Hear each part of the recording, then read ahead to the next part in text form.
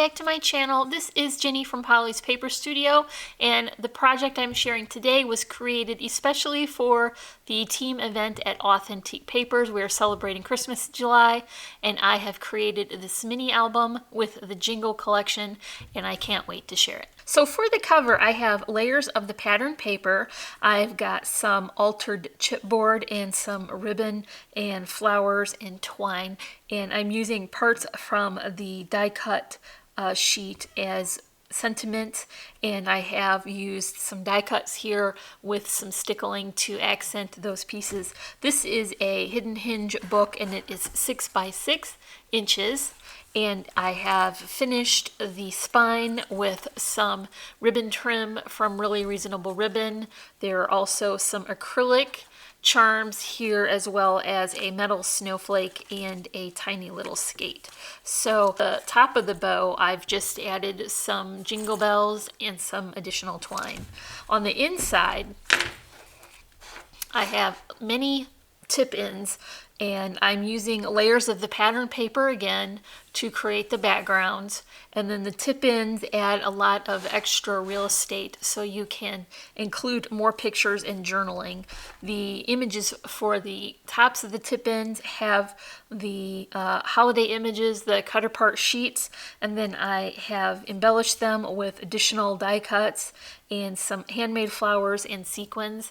I've also added just a bit of stickles to the image to accent the details. So the first page here has a pullout under a belly band. This is another image from the die cut sheet, and I've just simply wrapped it with some twine and then added a few little poofy glitter stars. And then this is a small booklet style tag so that you can add lots of ephemera and some mementos or pictures to that. So the second page has a accordion style pullout, and I've just got that secured with a bit of twine. That's a baker's twine with green and red stripe, and this is going to be an image from the die cut sheets and embellished with flowers and more of those die cut holly leaves. And then this page will fold out to give you lots more room inside the book. So that will tie up and be secured on this page. For this page, I have a die cut doily.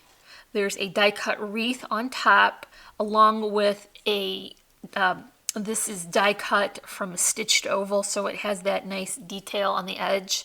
And then I've added some stars that were embossed with silvery embossing powder and then heat set. And then I'm just using this part from the die cut sheet as a sentiment for that page. So I took advantage of the candy cane stripe to give me a border for that sheet. And then also this paper has like schoolhouse lines. You could easily add journaling to that, and it would be nice and even.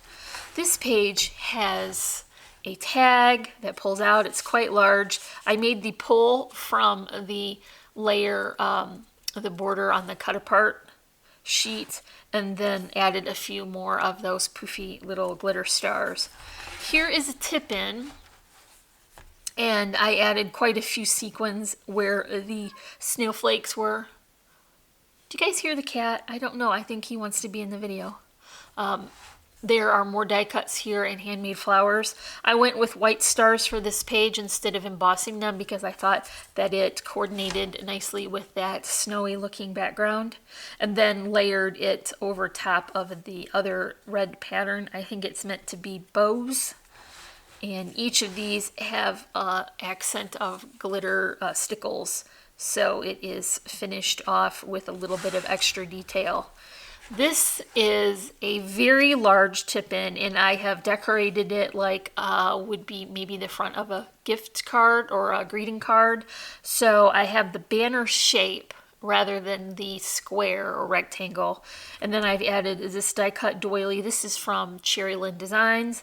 There are more holly and stars and twine and handmade flowers, and then this whole thing folds up, and that is a very large tip-in. So this really actually leaves quite a bit of space here. You could add one very large picture or multiple small pictures, and then add a tag for some journaling if you wanted to add that.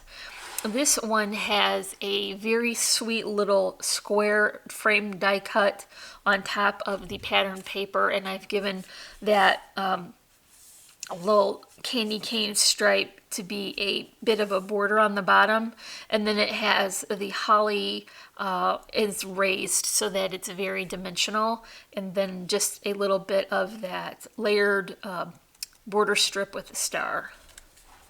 This page has another tip-in and then large pullouts, so there is a lot of room to add lots of things to these pockets, and you can add additional things to these clips as well if you don't want to secure the items, so you won't have to ruin the back of something if there's writing or a special detail on the back that you don't want to glue down. So I always like to include some clips. This extra detail of a border die cut really adds a lot of texture and detail, and even though this is a busy pattern, I think it really adds a lot to this page because it's just one more little finishing effect that makes it look like it has a lot of layers. For the last page, I have just the large Santa, and then this again is that lined paper, so perfect for adding journaling. And then the last one has the chipboard letters that are glittery. It says joy, some sequins on top of Santa, and that is another tip-in, and then a handmade flower with beads and die cut holly and twine. So the finishing on the back pulls it all together, and then you can see that it is very dimensional, but because I've added spacers between all the layers, it helps to keep the shape of the book without it not falling on this side because there isn't enough to support the pages. So this is my Vintage Santa mini album, and I used the Jingle collection from Authentique Papers. I will leave links in the description below for that collection, as well as for the trims in the chipboard, and also for our social media sites. You can find us on Pinterest and Instagram, and our blog and our Etsy shop and Facebook. So if you enjoyed this video, give me a like, leave me a comment, and if you're not already, I would love for you to subscribe. As always, I'm wishing you a happy and productive day, and I thank you so much for watching. Bye.